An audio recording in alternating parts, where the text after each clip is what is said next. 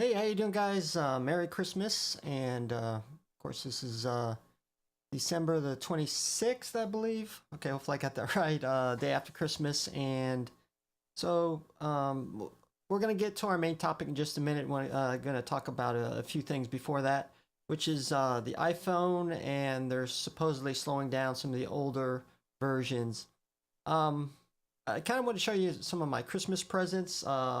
Some of the biggest ones is some Star Wars stuff, which is always exciting. We got Darth Vader. It's a little hard to see because it's black, and a stormtrooper. As long as, along with some, it was some sleeper pants, Star Wars sleeper pants and T-shirts. So appreciate it for you guys getting that to me. I'm not a huge Star Wars fan, but I do love their merchandise. In fact, this is the one that I won out of a machine. It took me $20, but I won this Legos Stormtrooper. So it wasn't the amount, but the fun of trying to win it. So I know it's a little hard to see, but so I just wanted to add that in there. I hope you guys had a wonderful Christmas. Um, Also going to talking about we ordered a Spider 5 from Data Color. And because, like I said, I'm going to be doing some monitor hardware calibration. I've reported on some problems with when I'm editing video. The output doesn't look like the input. So definitely I'm going to need some hardware monitor calibration. There is a way you can do it software only, which is to me much harder, and my eyesight's not the greatest as well. So once that comes in, we're going to do a demo review of that, as always, on my channel. But we're not going to use the software that comes with it, and I'm going to tell you the reason why we're going to be using a third-party software application to do the monitor calibration. We're going to look at that as well. Okay, on to the topic, which was, it's been discovered that through, I believe, benchmarks or some odd thing that Apple was actually slowing down some of the older iPhones.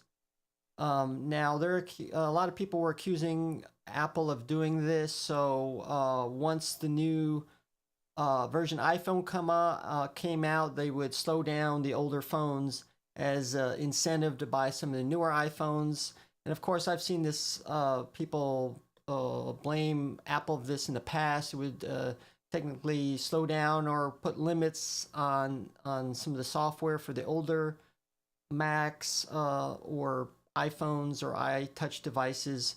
And I don't necessarily go along with that on some parts, but I'm going to go through the whole thing, my thoughts on this.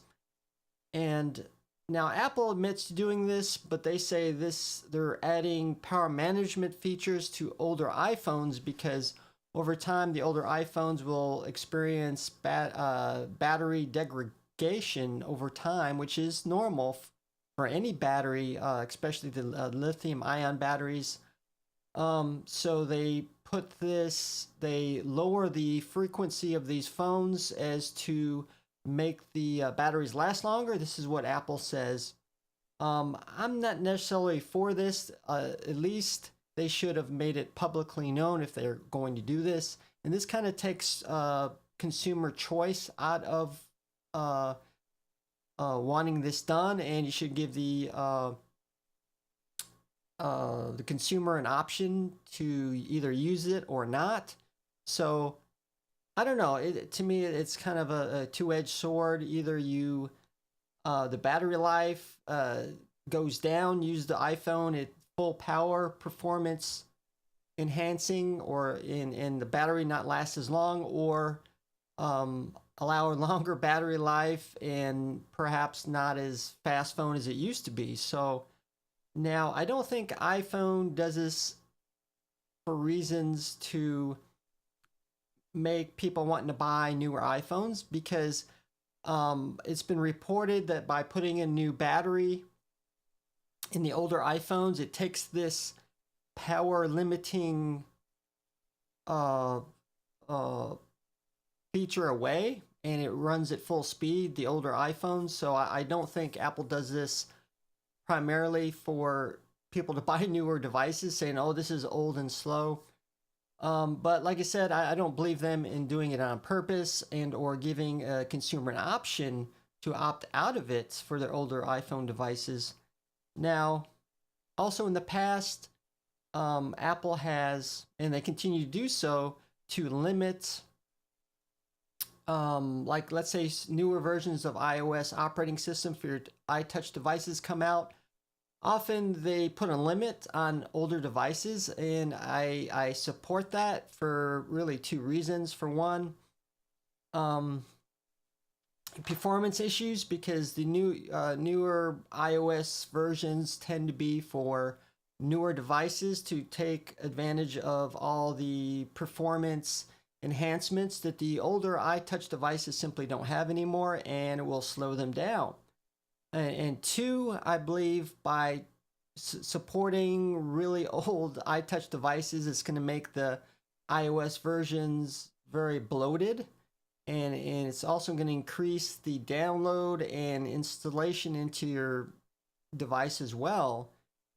So, of course, in the past, Apple has always, or they're different from Microsoft, because Microsoft has to support a multitude of devices, so it tends to get bloated over time, where Apple simply doesn't do that.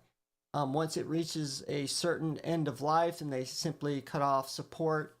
And, you know, like it or not, you simply choose between the two that you would rather use. So both have different mission statements or what they're trying to accomplish. So you just simply choose your product around that. So give me your thoughts on Apple slowing down their iPhones, older iPhones. And like I said, I don't support it, but I do support some of their uh, simply stopping support for their older devices once they reach a certain limit. It'd be obsolete, vintage, however you call it. And like I said, enjoy the rest of your holidays, and Merry Christmas and Happy New Year.